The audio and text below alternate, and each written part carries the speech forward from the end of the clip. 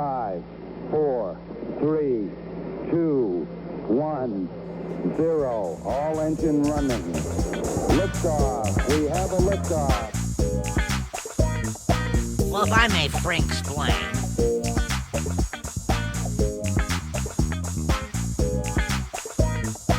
Excellent.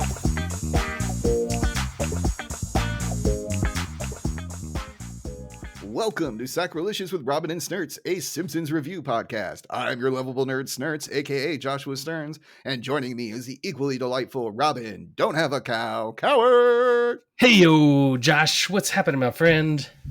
It's Saturday. Football is a playing. LA is a burning, and I am surviving. So yeah, it's been a hell of a time there in LA. How are you doing?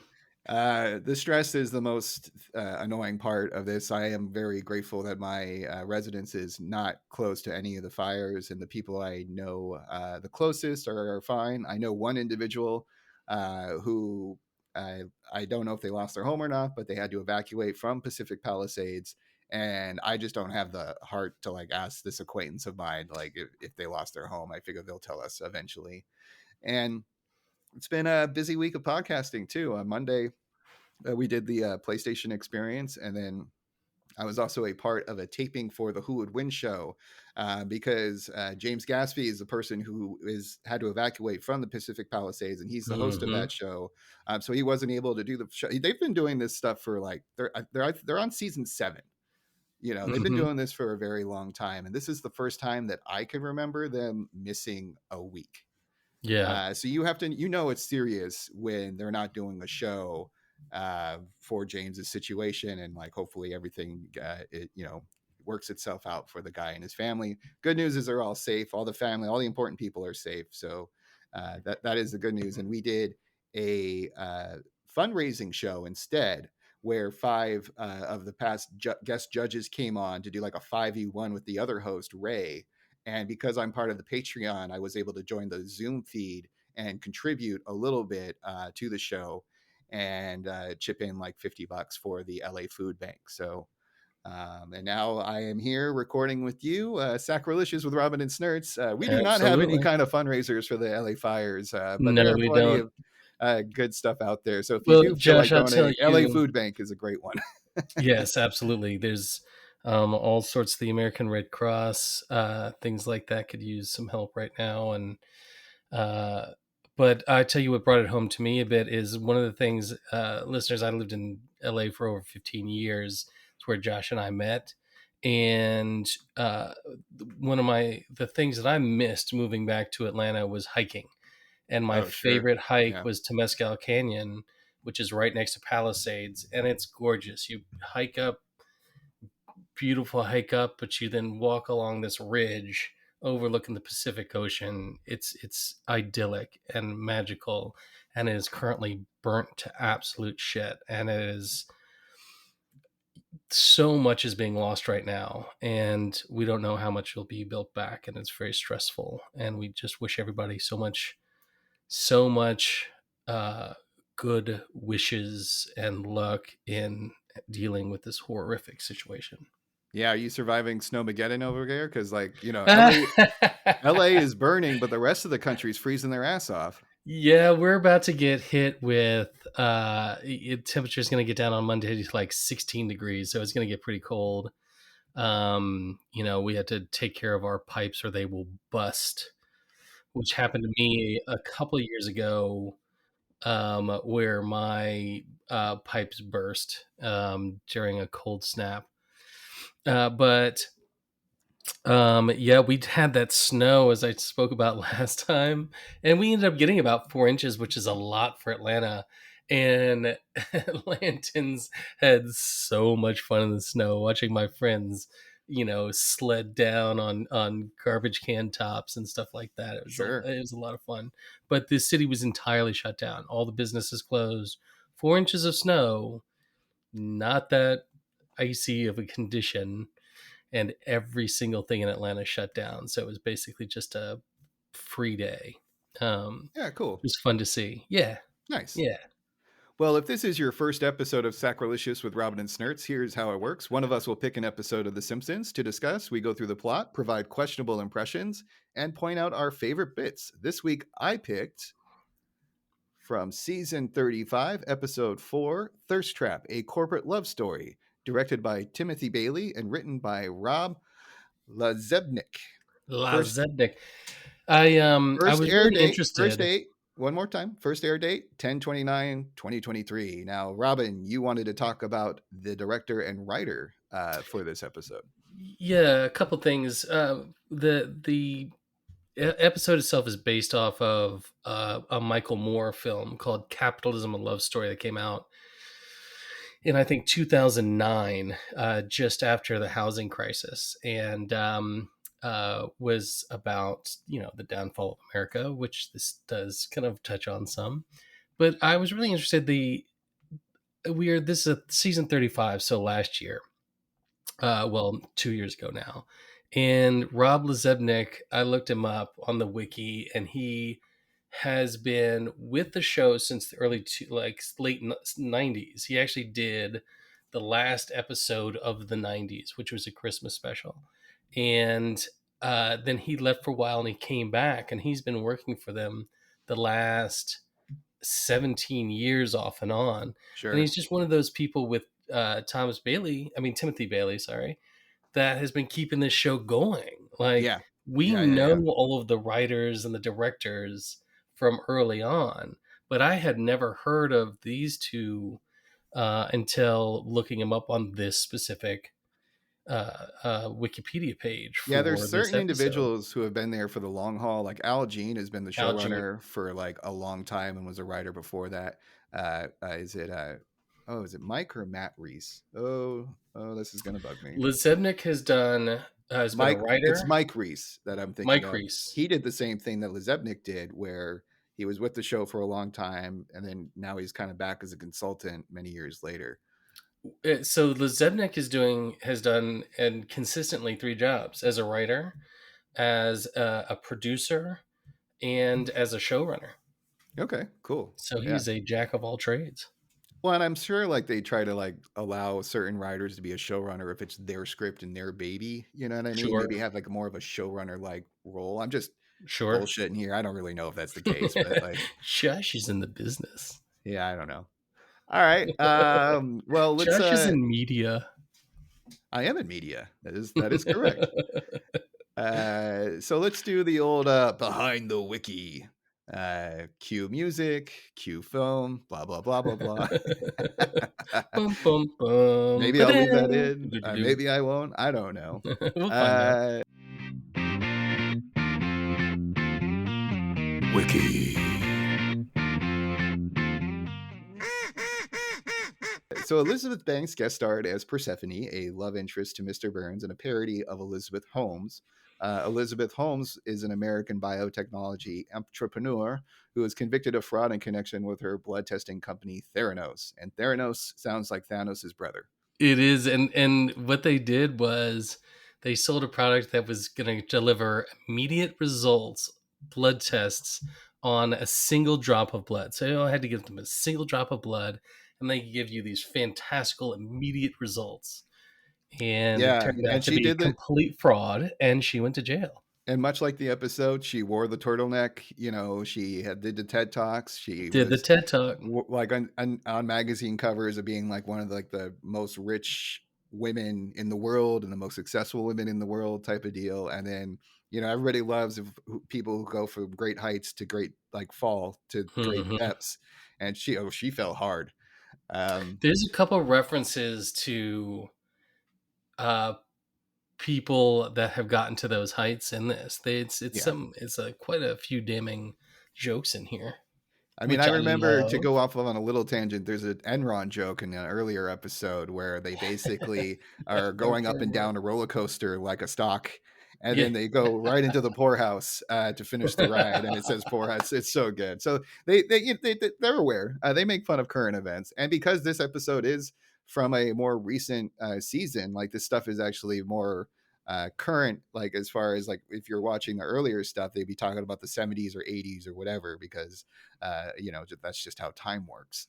Also, journalist Christina Amanpour. Oh God, I abused that name. I'm sorry, Amanpour. Christiane Amanpour. Christian. Don't. Andrew Ross Christiane. Sorkin, Kara Swisher, actor Peter Coyote, and director Peter Jackson appeared as themselves. Filmmaker Ken Burns reprised his role as himself.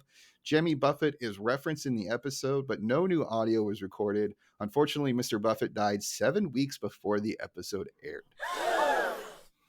Fins to the left, fins to the right, and you're the only bait in town. And that was Behind the Wiki. Yeah! Woohoo! Yay! Woo! So this episode of The Simpsons is a little different, right, Robin? It's not. Sure. It's not your typical There's no stand-up. opener. There's no theme song. There's no chalkboard gag or couch gag. It just cuts right into it, which is stylistic. There's also no dialogue from Bart Simpson in this show. It's exactly right. I read that too. They said, what is there, 5 episodes ever? Yeah. Of however many they have now. Right. That's amazing. We have a count on that? It's getting close to 800 if it hasn't exceeded that already. 5 episodes and 800 that don't have. It's another Burns show. We just did a Burns show in the episode. That's right, baby. Back to back Burnsies. Back to back Burns. We too like Mr. Burns a lot. At least I do. He's one of my favorite characters. I love all their little like old timey jokes that they have for him. Oh, we love Harry Shearer, who beyond The Simpsons has been in classics such as This Is Spinal Tap and all the Christopher Guest movies, like Waiting for Guffman and Best in Show.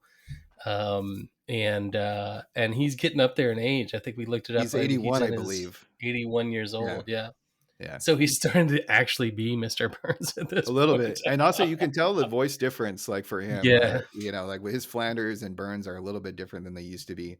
His Smithers, I don't notice any difference, but it's weird how some of the other ones I do. It's uber natural for him to do Smithers. He's actually a feet gay professional. The episode opens up like a documentary, and that's going to be the overarching theme throughout this entire experience. And the documentary name is Driven to Drink: The Lifeboat Story. I love the names of there's various documentaries throughout. This episode is visually heavy with the gags. Like I feel like there are more visual jokes for this one than there are actual like audio jokes. So that'll be fun and on a podcast to try to explain to people. Well, to your point, like it opens up and he sits down on a stool in front of a backdrop with lights, and they come and they clip on a microphone onto his shirt. And Mr. Burns, being the waif of a man that he is, immediately starts to fall forward. And there's a great gag where the person using the bike like catches him in the head and just like pushes him back up. And it's a boom mic, so it's all padded and everything like that. So like it was kind of funny to just see like the little, and also the boom mic slips into the shot many times throughout the episode. So I was kind of making fun of like documentaries in general, where like you'll see the crew in the background or something of that nature, depending on the style of the documentary. So of course, this is all going to be about Persephone. Oh man, why did I not write down her last name? What was that last name? Oh shoot, I don't think I did either. O'Dare. There it is. Oh no, we did. We talked about Persephone O'Dare. That's right. So Persephone O'Dare is the subject of the documentary, and there's a great line with Burns. He goes, "She was a brilliant woman who wanted to save the world. If only that was her only shortcoming." And I don't know why I did David Attenborough for Burns, but maybe that's what we're going to get this episode. And so then we get the classic 1 year later, and Persephone is giving a TED talk about her amazing new gadget, Lifeboat. It's a desalinate ocean water, and it's the size of a can of oats. So think about the implications of this. Like anybody who's lost over at sea and can have one of these easily in a life raft, and then maybe be able to survive because they're able to desalinate the ocean water. Or if you're a bunch of bougie people and you have your own private beach and you don't feel like getting water from like the market, I guess you can use a couple of these. Well, Josh, the world is perishing and water is going to be the first thing to go. Are you prepared for the water wars? No, but hopefully I'll have Kevin Costner gills and that'll be fun. Oh yeah. I guess that's great. The water world. Water world. Never mind. Yes, but the water world wars. I loved in that TED talk how she starts one of her mini like Persephone isms, which is just Yes. ridiculous saying. And she goes, "Now the doubters call this goal impossible, but I prefer to say I'm possible."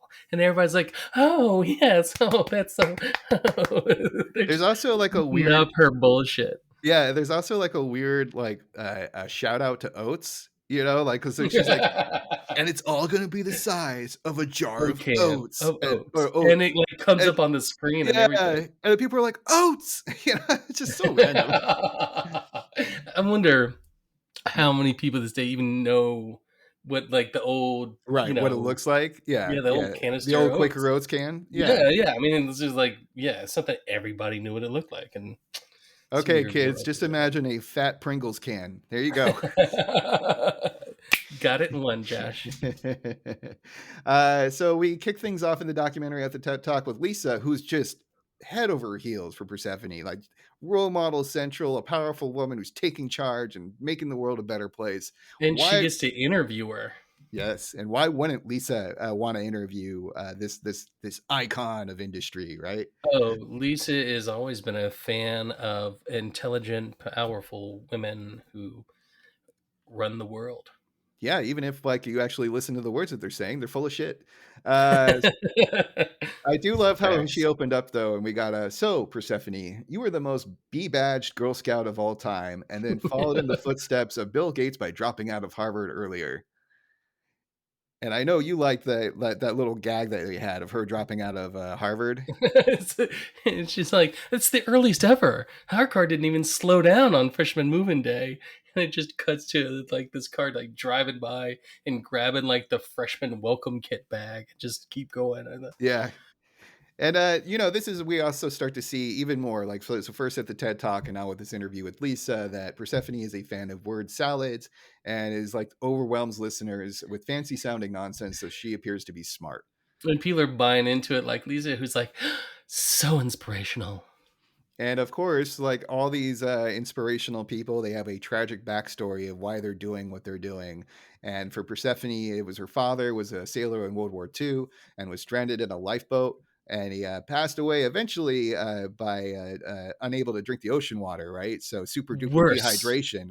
But he I gave love, up, yes, that's and then what. he died of quitting and super duper dehydration.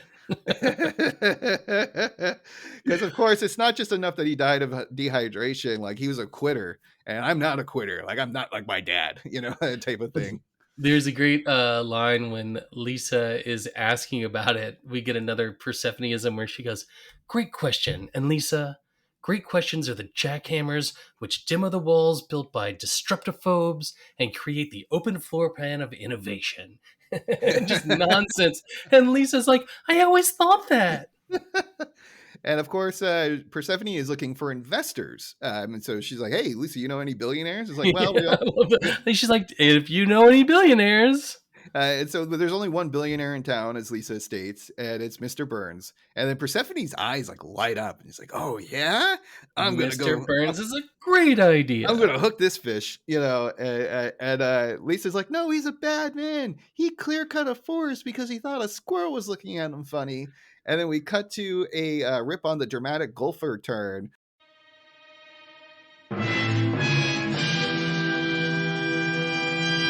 Where a squirrel just kind of turns to camera and it goes dun dun dun or something to that nature. And he's just got like one eye like Yeah. glaring out. It's hilarious. It's just like the meme or GIF or whatever the right word is for that thing, but it was very funny. So I do love the idea of like, Smithers, I don't like the look of that squirrel. Clear cut that forest. All right, away, sir. Yes, sir. Would you like Done to use? and done. Do you want us to use chainsaws or fire? Maybe I shouldn't be doing fire jokes this episode. Oops. Ooh. So Persephone begins her Kind of pursuit of Burns. pursuit. Thank you. That's a good word to use for this thing. And goes to Florida for the Fossils on Fossil Fuels, our glorious non-sustainable future conference.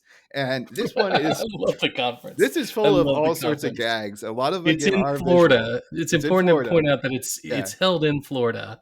And there's leaders from oil, coal, and nuclear, and obviously Burns is heading up the nuclear one, and we got two nobodies for oil Well, and the coal. Texas tycoon guy I thought was the oil Oh, guy, but maybe not. okay, maybe I missed that. But so during the meeting, the announcer keeps mentioning all these climate disasters. And the one He's, that I love the most is like first they start with a hurricane, but he then they says go, he says, well, first with the hurricane yeah, when he yeah. says, we may have to cut this panel short due to our third once in a million year hurricane this season.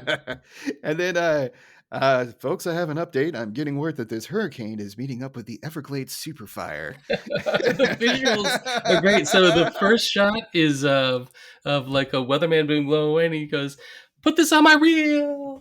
Yeah, And then and the then there's a second one flying like is swamp a boat. swamp boat with the big Yeah, fan on the yep, back, just on on fire, fire, just flying through the flying air. like in like in a Wizard of Oz, And then the building's roof rips off violently and flames go up. And the oil tycoon mentions that there's chemicals to fight fires, but these also turn lizards into Godzilla. But don't worry, they have a bomb for the Godzilla. It's too good. It's too good. And I mean, and it's social commentary too. It's exactly like we have chemicals to put out this fire. then Persephone is like, "Hey, Mr. Burns, like your money, like we can solve like the water problems that we have." And it's like, desalinization is boring, but I'm all in for this Godzilla bomb. Of course, of course. Burns is definitely a Godzilla bomb type. I would put him at if he Yeah, was and then on we get like a Tinder. montage of more attempts, right? Of Mhm. Persephone persuading Burns to pick up a lifeboat's tab, basically. Any of those She moments stand up for you? well, she. This is where we get another one of her bigger phrases in the show, where she's trying to convince him. She says, "I'm the kind of relentless fish that falls down 10 times before it runs up the mountain on ocean shoes," which later becomes like the slogan of the company, which I love.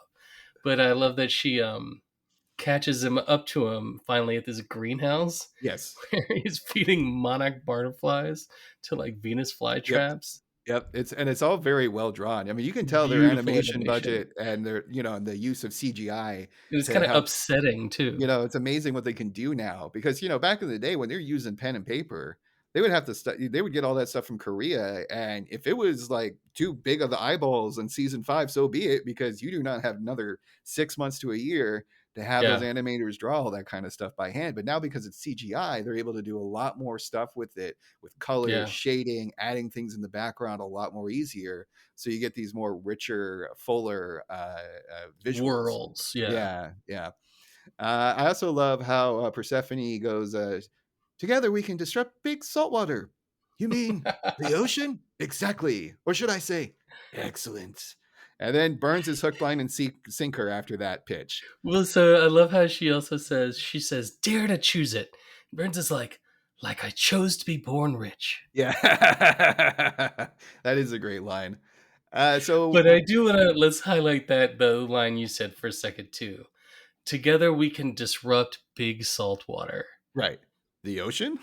Like, It's hilarious. because Mr. Burns is the kind of psycho who probably thinks the ocean is like a son of a bitch and like should be conquered. You know what I mean? Like, yeah, it's that kind of like Hmm. thing with nature where it's meant to be conquered and used. Absolutely. Yeah, 100% that is Burns to a T. yeah.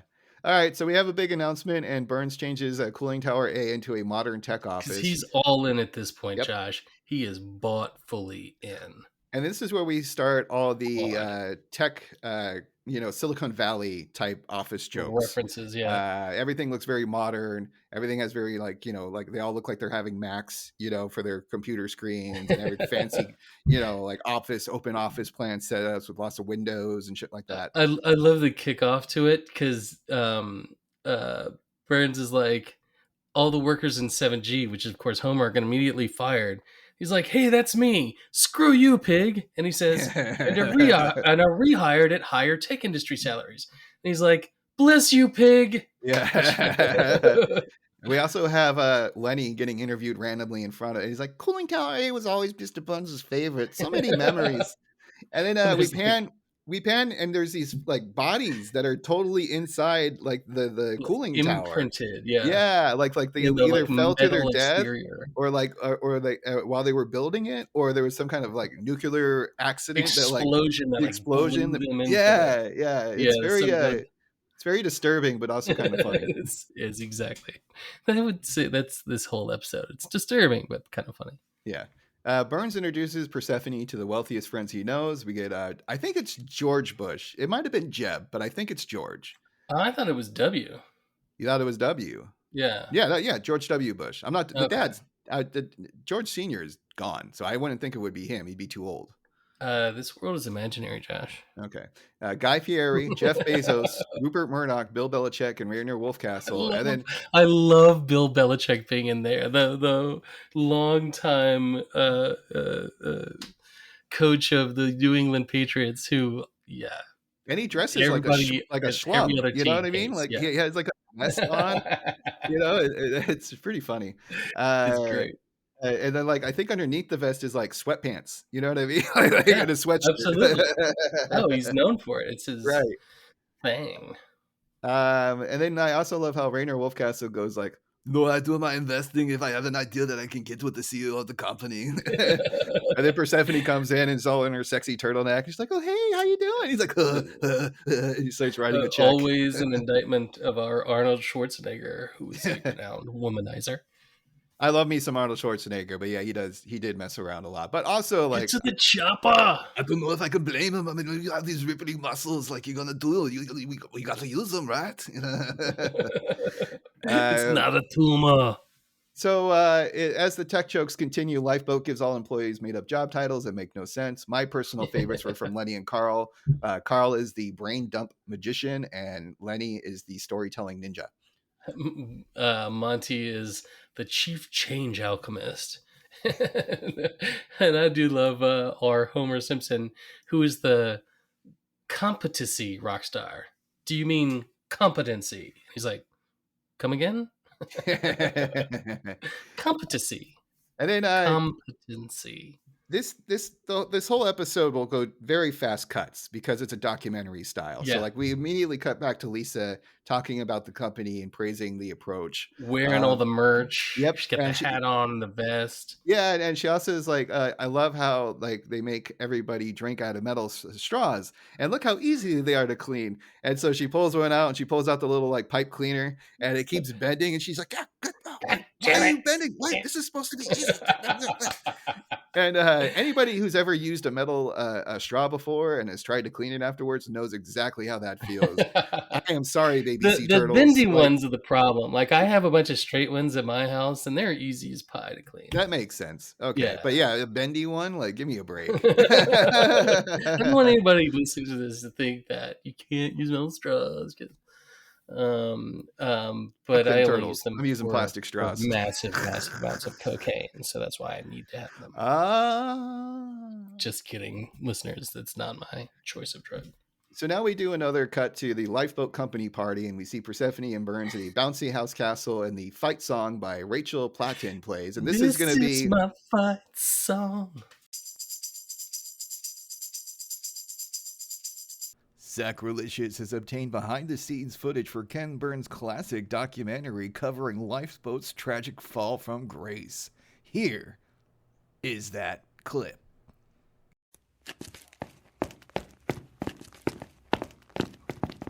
Excuse me, are you Ron Lombardi, owner of Bouncy in the Springfield Mall? Yes, I am Ron. Why do you ask? My name is Trent Thompson, and I'm working with the Ken Burns on a documentary about Persephone O'Dare and Lifeboat. And we noticed how many of your bouncy castles were purchased for various company events and celebrations. So, did Persephone or Mr. Burns ever reach out to you directly? Did you speak with them? No, I worked with Lifeboat's paladin party planner, Karen. Okay. Did you have any indication foul play was afoot? Did you ever see their desalination device? No, sir. I just sold and rented bouncy castles to Karen. Well, fuck. Ken's gonna rip me a new fucking asshole with this flop. All right, boys, let's get out of here. Maybe we can catch Lenny and Carl over at Moe's, or maybe that Homer Simpson. All right, let's get the fuck out of here. Don't forget to check out Bouncy Bouncy at the Springfield Mall. Ah, shut the fuck up, Ron.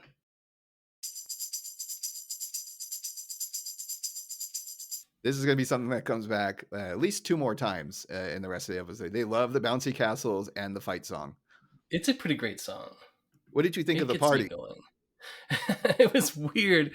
They had like ice sculptures with like soda or some kind of liquid shooting out of them. Right. Everybody's drinking. It's a little I'm bit assuming odd. it was some kind of like jungle juice or Right, like alcohol punch, product. alcoholic punch. They And just then some of them were wearing faces of Persephone, like mask faces. I didn't pick up on that. That's funny. That was so weird. Oh yeah, but Josh, listen, we worked for these type of places.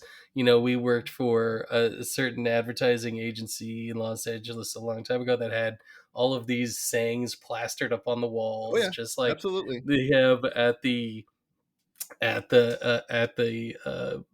the building. They have on the wall that silly freaking phrase, you know, the Oh big yeah, no, sign big says, sign. It says, "I'm kind of a relentless fish that falls yeah. down 10 times, and then it runs up the mountain on ocean shoes." Like we had Yep. those, and then we've also met with the type of narcissistic leaderships where, you know, they throw these parties basically is like trying to get people to suck on their teats. Yep.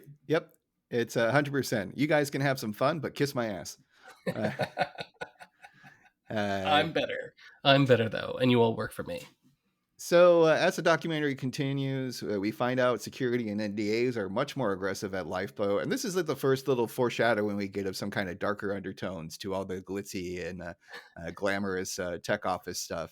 I And love Carl's specific line about that, Josh. He says, "Unlike when this was a nuclear plant, security's super tight now, and we have to sign stringent NDAs," which is hilarious because obviously nuclear plants are some of the most stringently secure in the world. So just another corner that our Burns has cut. Absolutely, and it's funny that he's like all for having more security, right? Like he's not cheap when it comes to Persephone's company, but he is cheap with his own plant. He's like, what is nuclear energy anyway? Right. There's a little joke there that Homer says. He's like, I'm bad at keeping secrets. Like how I'm not supposed to talk about Lenny's crush on his Italian tutor. And then Lenny comes up and he's like, "Che cosa fai? Dimmelo oggi, Homer." We also have Homer walking to Burns's office, and he does some kind of documentary joke, and he's like, "So is this Well, like The it's Office, where I'm The not supposed to Office. look at the camera, or I forget what it No, was. he Maybe says I'm so. getting, It's I'm getting it like, is backwards." it like The Office where I'm supposed to look at the camera to let the audience know when they can laugh? Did you ever watch The Office? Oh yeah, I went through the whole thing.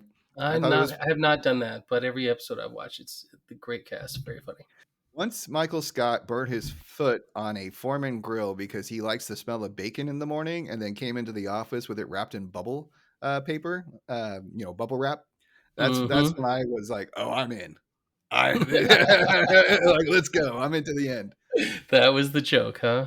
Yeah. So Burns is marrying Persephone in his office, and Homer walks in on him with Reverend Lovejoy, and it's just a small ceremony. It's just the three of them. And then they do, like, of course, an office bit where he looks at the camera and, like, then it cuts.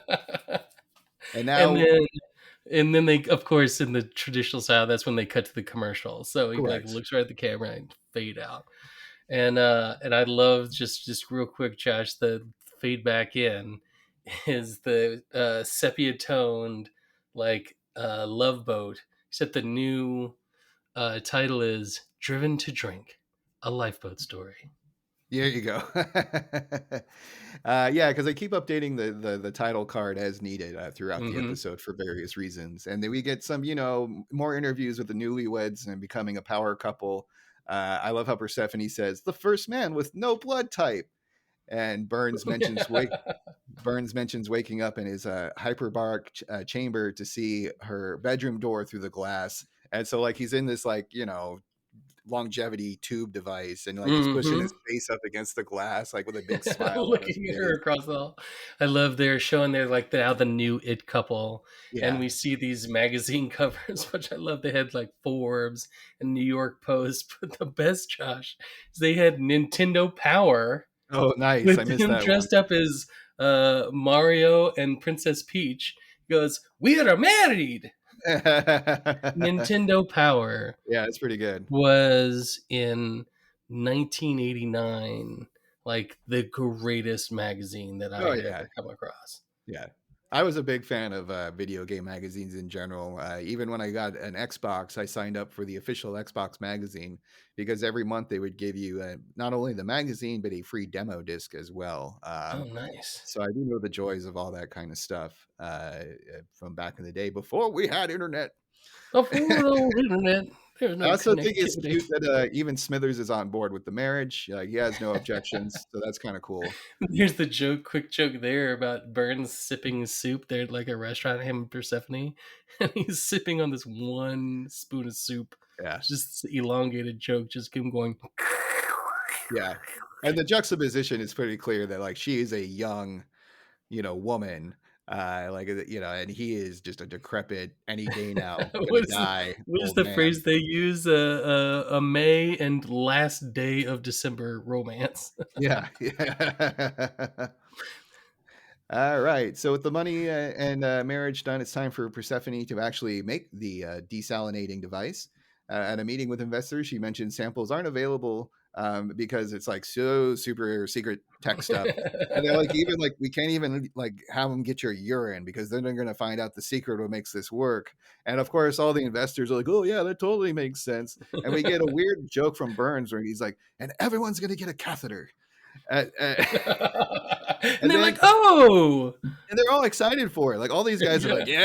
"Yeah, I'm on board. That sounds Then it great." And goes then quiet, and you just hear the catheters going. gross, so gross. And then the crowd is just kind of like, I don't know what is going on. I don't know. That's a little weird. Is this old man just peeing in front of us right now? So the next bit, Josh, was something I was pointed out to you beforehand, which was Kara Swisher, one of the Yes. guest stars on this, who's an actual tech reporter, and she's been in the news lately quite a bit. And I just want to read a couple of her actual headlines. Swisher agrees with Bannon about Elon Musk. Okay. Swisher calls Mark Zuckerberg a small little creature with a shriveled soul. I like her. Did she mean soul or penis? Yes. Am I reading in between the lines? We all know. It's obvious. And the other one is top tech reporter mocks lawmakers for suddenly changing mind on TikTok ban, saying China has called our bluff. Wow. Yeah. Mm-hmm. She ain't pulling punches. I like this lady.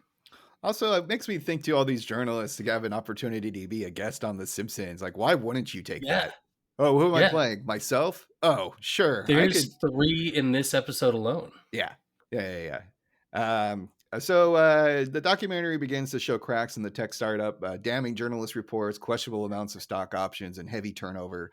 So this is where we get the line, Josh. It says, so Lifeboat was just following the tech industry playbook, fake it till you make it, or as I call it, LIPO until you IPO. Whoa, he said the episode title. Wow, I love it when people do it. Dang it, look, I know that guy. Thank you for adding that because I totally forgot to write that down, even though I made that the episode This is title. why we work well together, Josh. Yeah.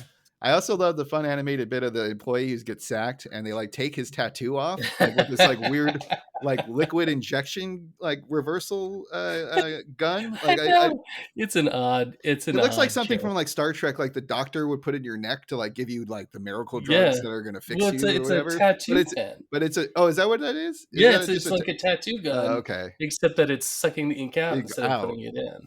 Yeah, that was kind of disturbing.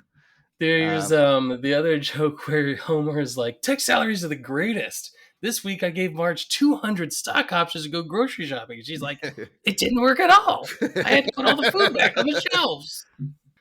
We also get an interview with Professor Frink, who mentions that he is not able to look into the machine to cite that being his job, which I love. And he's like, I feel like they were covering things up. And then they have like a reporter come in and like some guy just throws a blanket over Professor Frink. And he's like, well, it's still better than working for the Zuckerberg. I also love Marge and Homer's joke where she goes, "The whole company got so paranoid because of those NDAs he signed. Homer couldn't even tell me how his day was." Homer goes, "I could neither confirm nor deny I had a day." Yeah, we also see that Carl gets fired for asking too many questions. We get it goes, Carl's like, they were hiding something. So I emailed Persephone and immediately cuts to Lenny going, and then the next day, Carl was gone. I also love how they change his parking spot name, and so they remove Carlson, and then they put nobody in replacement. It just Nobody. says nobody. It's like They do the image of his he has like pho in the yeah. fridge Oh yeah, and the it just Carl's slowly pho. like molds over Yeah, as yeah. he's They do gone. time lapse photography thing. Yeah, pretty funny. But you know who's still like on board? Lisa. She's still infatuated with Yes, she Persephone. is. And keeps making up excuses like left and right, people are just jealous, right? Because she's a woman and she's powerful and she's in charge. So I so do like Lisa, the yep, go ahead. imagery there that they use for that. Because she talks about the internet trolls. Okay, And so they have some tweets that are Persephone yeah. CEO, more like she know. It's a boardroom, not a broad room. I love it.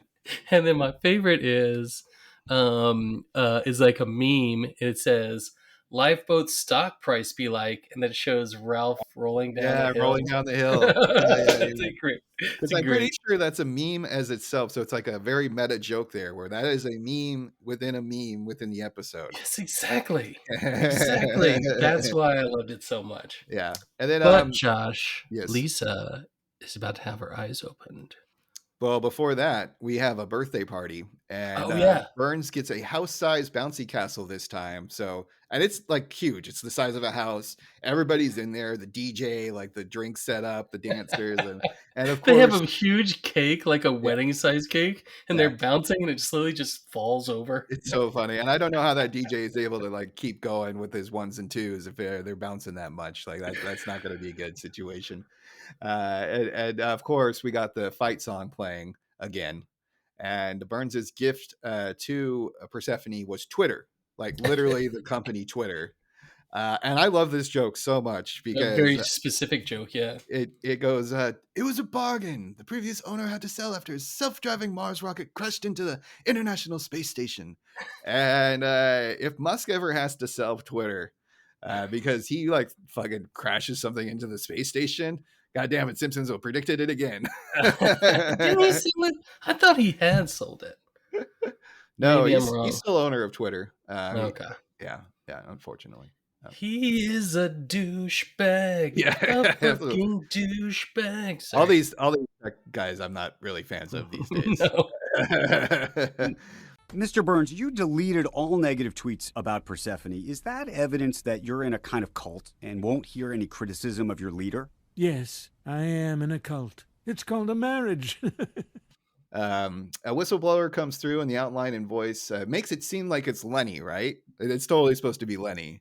When you see that, you know what I mean, with the Oh whistleblower. yeah. Oh yeah. It's meant to be.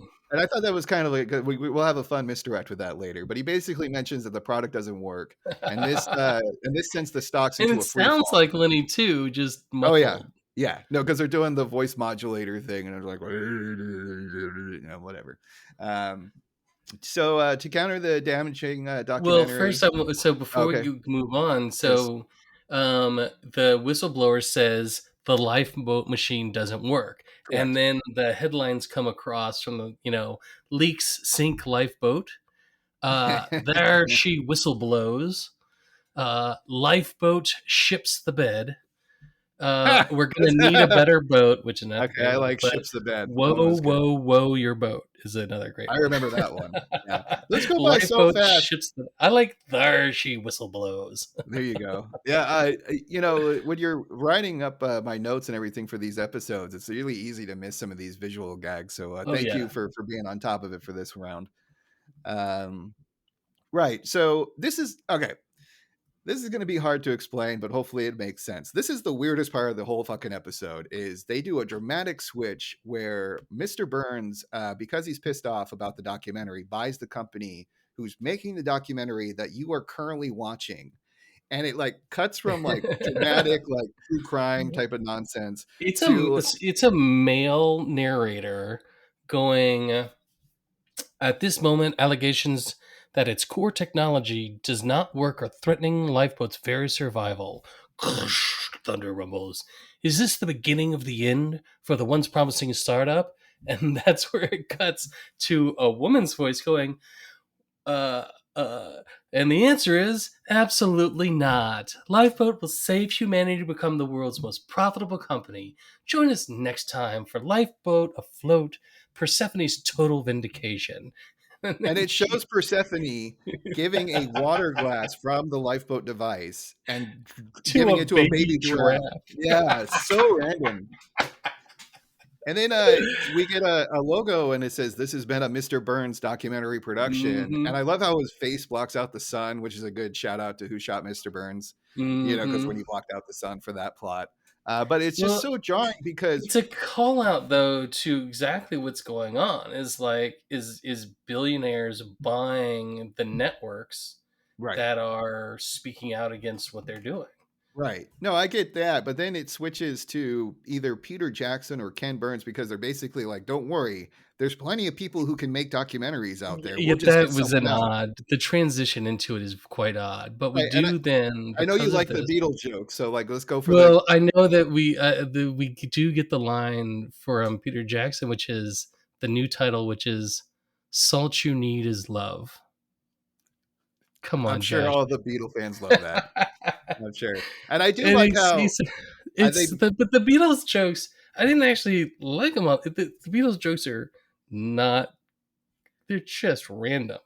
Like that's one of the things about. There's a few of these, and it's like the Beatles talking about water, and he's like, "We've got 6-8 hours of footage of them talking about water," and they're like, "What if you could make coffee out of tea? What if you could make tea out of coffee?" Yeah, not the best writing. Not the best writing. I think it's supposed to show how boring the actual documentary is that Peter Jackson made of the Beatles, and how they just kind of sit around and do nonsense, and then they like come up with like a something that hit. Josh, we get it. You're not a huge Beatles fan, man. We get it. It's fine. I'm just not infatuated with them like a lot of people are. I do like how too. There was just like, you know, I took a shower with an umbrella. And, that way I didn't get wet. Did you get clean? No, I didn't get clean. My umbrella, it stops raining. Yeah. Oh, then it's something with an elephant trunk. Like it was really bad. It's but I think it's purposely like that. It's like slow, and drawn out and bad. It's supposed to be funny. Now, if it is or not, that's the question.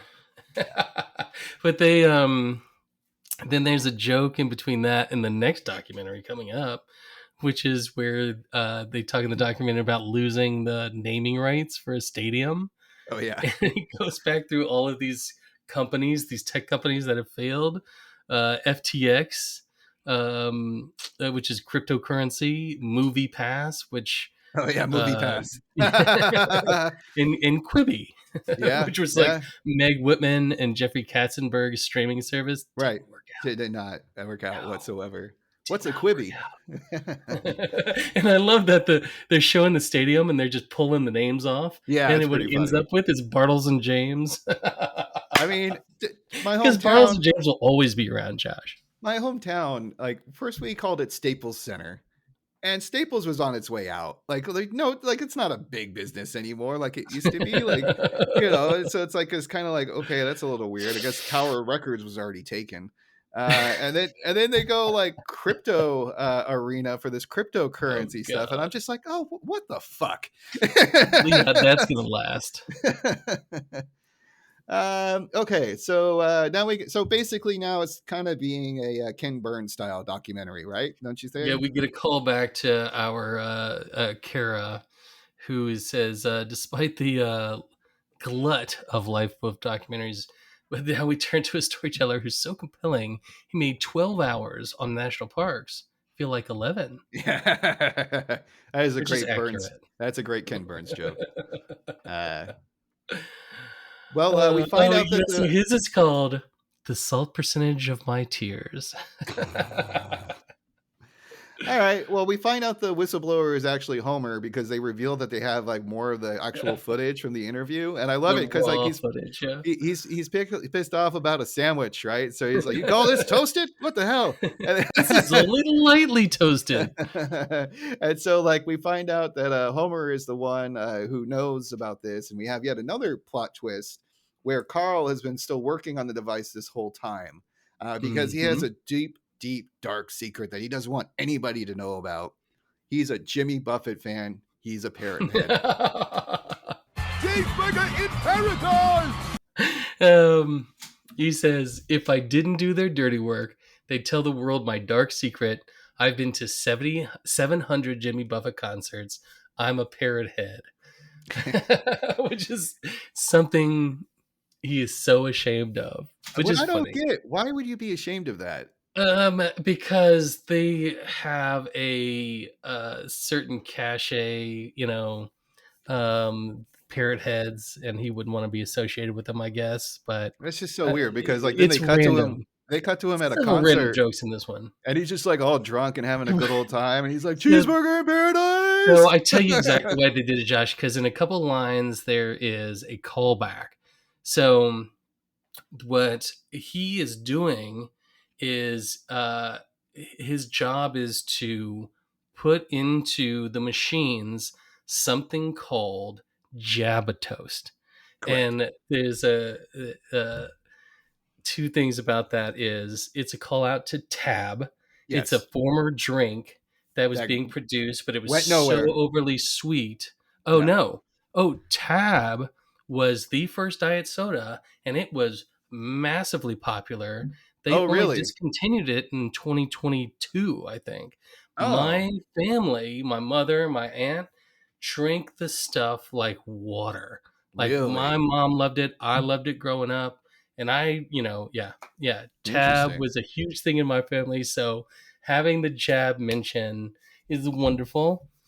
But the idea, Carl says, is that the ocean water mixes in and mixes with the jab. It tastes normal, but the callback is it still has more salt than all the glasses in Margaritaville. Yeah, there you go. Which is the only reason they bring Jimmy Buffett. I also love how they have like for the documentary, it's like Persephone found like how many millions of gallons of unused jab and stored them in a warehouse. And you just have like crates and crates and crates of jab. And I also love how they have a commercial for it where they're like showing a bunch of like teenagers on a stoop like drink jab, and then they immediately spit it out because it's so sweet. So this is like the nail in the coffin and crushes Lisa's heart. She's no longer, the wool has been pulled, is no longer over her eyes. No, we both loved her line there. Yeah, she's crying and she's like, but the merch is solid. I've thought that about so many things too. I'm like, God, I don't really like this place, but this merch is kick ass. Look at this hat. The merch is great. This hat. She's the whole episode. She's in like the vest and the hat. Oh yeah, it's great. And then we're gonna cut to demo day, right? So Lifeboat because it only now Lisa and Homer know. They're the only two who know so far, and they're barreling forward with it. Right. So they're trying to stop a demonstration because on launch day, their bright idea was to have a bunch of children eat this tainted saltwater sugar Springfield drink. Elementary. They're going to replace all of the drinking water. Yeah. So Homer is trying to basically convince Mr. Burns that Persephone is full of shit. And she keeps on giving stupid phrases that don't mean anything. So you have any? Which she does. You got a couple phrases for us? Yeah. So she keeps saying things like, "The wheel of tomorrow is an aqua circle. Let's make it rain." And water is the original crypto. Every drop is encoded on the biological blockchain. And we're the aquanauts of the potable future. This is Wet 3.0. Wet 3.0 is a great This line. is what, like, we are the aquanauts of the portable future. Potable. That's so funny. But Homer's trying to say, because Burns is like, no, it sounds brilliant. She's brilliant. And he's like, you have to look at her with married eyes. And he's like, we are married. And he's like, no, you are in the honeymoon phase. Yeah. We need you to look at like you've been married to her for 15 years. And then he's just like, oh dear. Like, I don't understand anything she's ever said. And so we see the kids drink the water anyway and instantly turn to bone and dust. Of course, that is what would have happened had Homer not turned the valve off. Do you know how hard it is to get people to watch a documentary that's not about a small town murder? This is a documentary trick, because and they even say it like they're like, "Hey, look, we got to sell a trailer. No one died, but we're going to need this for the trailer. You know how hard it is to get people to care about a documentary." It's pretty gruesome too. Yeah, they take one sip and they like dissolve into it's very dust. much like Indiana Jones type special effects for like when they were looking at the Ark of the Covenant and the faces and everything started to melt away. And we have basically so Homer turns the valve off in time, and Burns confronts Persephone and says like, "Hey, come clean. Like, I'm evil. If you're evil too, maybe this will still work out." And then Persephone's great line from this is, "Babe, the underlying imaginary technology still works."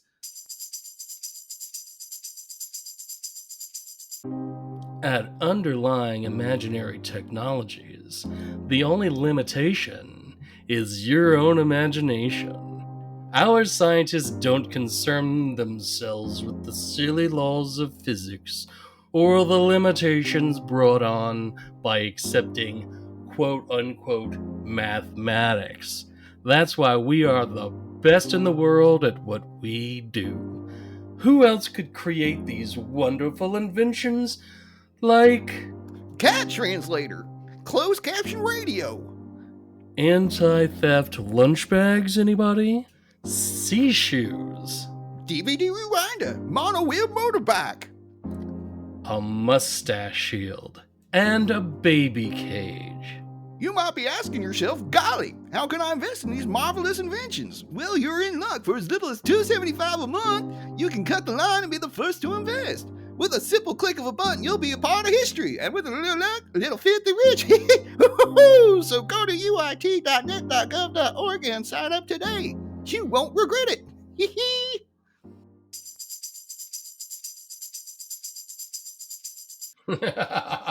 The underlying imaginary technology. Fabulous joke.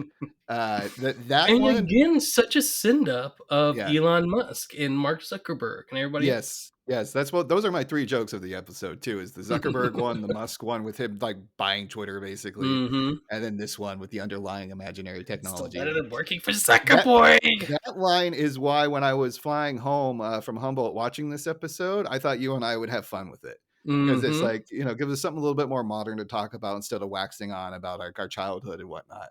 But the underlying imaginary technology, chef's kiss. Okay, so anything else you want to mention before we get to the final interview with Persephone? No, I think that's it. I mean, basically, yeah. I mean, they stop it, and you see Burns. The kind of veil is lifted, and now. And this is Amirpour who's doing the final. Amirpour is doing the final our interview. Christiane Amirpour, who I absolutely love. Yeah, no, she's great. And they're sitting in like a garden-looking area.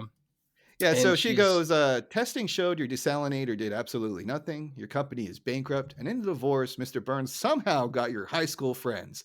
What happens from here? And then we get a quick little montage of Mr. Burns hanging out with Persephone's high school friends with various fun activities and selfies and whatnot, which I thought was kind of hilarious. It's like great selfies too. It's like really well done. I love that. Yeah, like them at a hot tub, them at a bar, them at the bar giving like peace signs and stuff like that.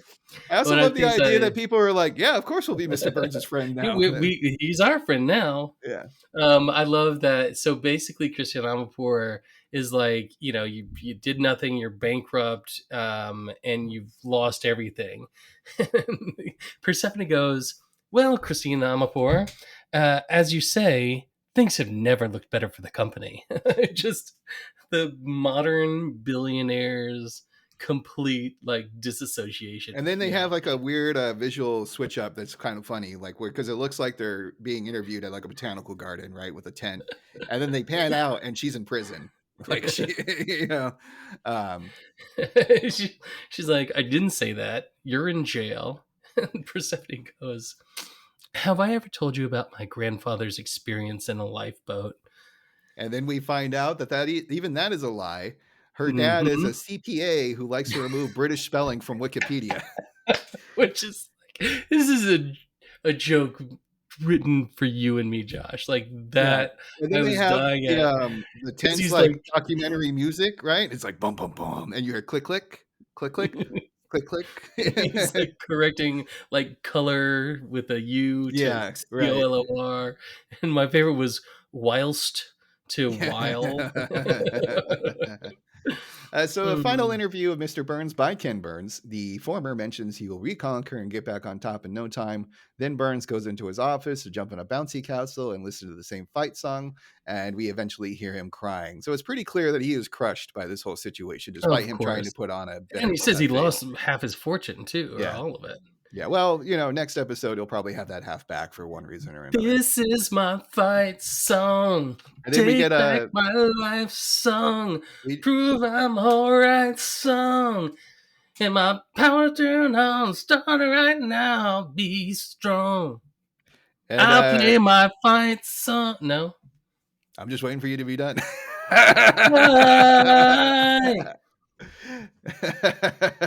You start doing like that wicked like yeah. What is that, Tarzan? Hey, Josh, I'm gonna make you popular.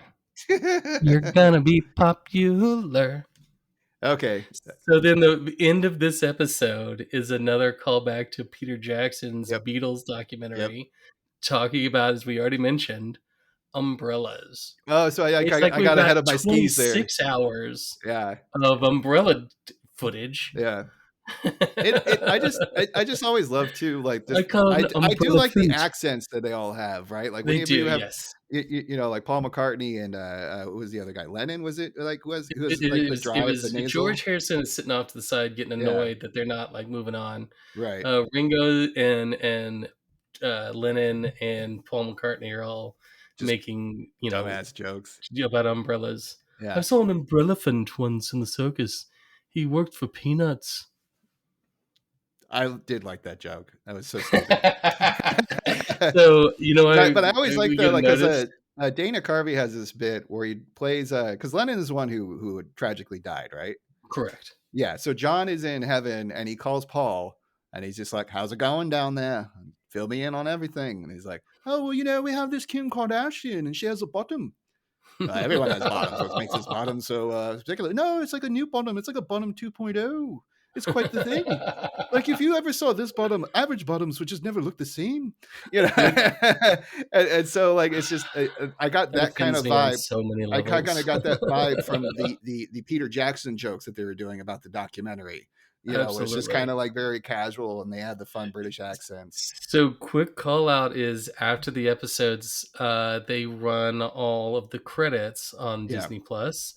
And immediately the Spanish speaking ones came up and they had Spanish John Lennon, Spanish Ringo, Spanish. And I was like, oh man, I want to know the actors' choices for the Beatles in Spanish. Yeah. Like I might have to figure out a way to, I'm sure it's actually. I mean, can't you just switch it to Spanish on Disney Plus? Yeah, Josh. Okay, all right. I didn't have to think about it that hard. All right, so my final thoughts on Thirst Trap, a corporate love story. It shows off the modern animation budget of the show. Everything looks crisp and clean. I also, as I mentioned before, really enjoy Persephone's various bullshit phrases, the jabs at Zuckerberg and Musk, and the climate change jokes were just chef's kiss. Unfortunately, the documentary and tech company bits get old about halfway through the show. I found the switch up after Burns buys Driven to Drink odd, and the Peter Jackson and Ken Burns jokes kind of fell flat overall. Same with Carl being a parrot head. So, it's kind of like a little mixed messaging over here, like a little bit of stuff that I liked a lot. And then just most of it, I was just kind of like, yeah, okay, sure, fine. What are your final thoughts? I think somewhat similar is like I enjoyed the episode, like it is One that I watched a few times. I enjoyed watching it. I love the commentary on American society and the Bezoses and Elon Musks of the world. But yeah, I mean, I thought, comparative to a lot of the episodes we've done, which are a lot of the, kind of the Golden era. best, frankly. Yeah. The jokes kind of range from mediocre and clever to kind of dull. Like the Beatles jokes, it was just it was more than it was something I would laugh at. That's a good way of putting it. It's more it's almost like when you clap instead of laugh. You're like, oh, that's clever, you deserve it. Okay. Oh, but I don't deserve a laugh. I'm like, I said it was clever. Didn't say it was funny. But you got to be happy with it. Yeah. Well, So awesome. that's it. Yeah. Well, Robin, do you hear that sound? What's that, Josh? Well, you know what time it is. It's the Krusty Prince Seal of Approval.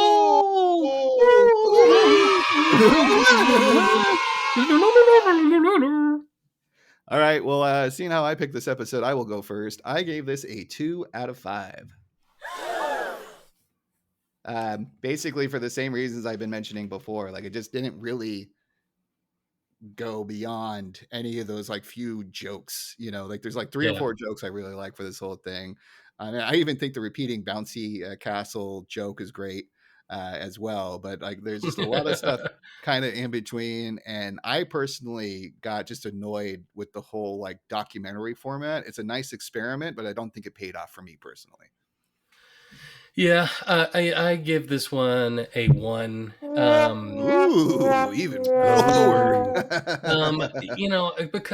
Because there was no joke in it where I was like, like ha ha ha funny.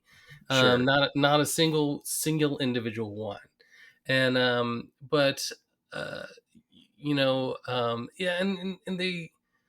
it's disjointed, the writing and things like that. So, it's one of those, and again, we kind of talk about it periodically, but it's still a good episode. Like there may be a 0 episode out there where we're like, don't watch this. I would definitely watch this. It's enjoyable. The new season, I've kind of just been picking up some of the later episodes because I really didn't watch all of them, and I'm loving it. It's great to go back into Springfield and see new stories. I'm enjoying the hell out of it. But I'm always entertained. Some of them, I'm always entertained. 100%. Like it's not. And sometimes it's not me laughing out loud. It's just admiring the animation. Yeah, like absolutely. This was a very pretty episode. I mean, they had a lot of new assets in here, and I'm always just amazed because you get so used to seeing the older style, which is also amazing, and they do some great work for that as well, but it just feels so much more modern and different, and to that point, like it felt a lot of that stuff was clever, and it felt fresh, and it wasn't stale. The 2 big things for me were the disjointed writing style, where it just was kind of slopped together a bit, in my opinion. And the fact that there was no jokes that I don't think there's anything that I'm going to quote from this one in particular. Except for the underlying imaginary technology. All right. Well, that's a wrap for Sacrilicious. But the merch was solid. Oh, the merch was solid. Yeah, there you go. And that's a wrap for Sacrilicious with Robin and Snerts. We hope you enjoyed this episode. If you're feeling generous, then please leave a 5-star review with a few sentences. We are currently on Spotify, YouTube, and Apple Podcasts. My shout-outs for this episode will be Anti-Lean and Christy, because I know they actually listen to this thing. So thank you for listening, and keep being rad. Happy birthday to my sisters Tessa and Sam, who both have their birthdays at the end of this month on the 21st and 31st. So, hopefully they have a good time and enjoy their special days. And then finally, Dr. Moxford, the raddest fan of them all. The Doctor. Do you want to hear more from your old pal Snerts? Then check out the PlayStation Experience on your podcast platform of choice. I can also be found on most of the things at Lord_Snerts. And I'm more active on Twitter, Threads, and Bluesky these days. I've given up on Instagram. So I'm sorry, I just can't deal with that anymore. And I might give up on Threads soon too, depending on what Zuckerberg ends up doing. So I don't really get the Twitter and red. Bluesky are the best ways to get a hold of me if you want. Robin, do you have any outro or plugs? Well, Josh, you do know what time it is of the year, yes? It's January. It is about time for Mardi Gras. And I want to give a shout out to my New Orleans family, Lindsay and Miguel, and Matt and Logan, and Nancy and Eric down there. I just bought myself a king cake from Publix Markets today, which is quite delicious. I like the cinnamon style. So I just want to say to everybody, laissez les bon temps rouler. There you go. Well, our goal is to get the next episode out on February 9th. I picked a totally fun thing that Bart will never do again. That is the actual episode title from season 23. It's where he tries gay sex. Yeah, maybe. Hey, all right, tune in to find out, folks. So until next time, everybody. Smell you later, true believers. I can't believe that place goodbye. I really gotta look up that fucking quote. Which quote?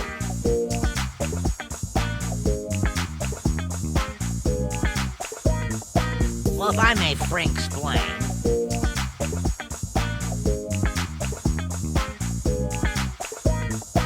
Excellent. Tranquility Base here. The Eagle has landed.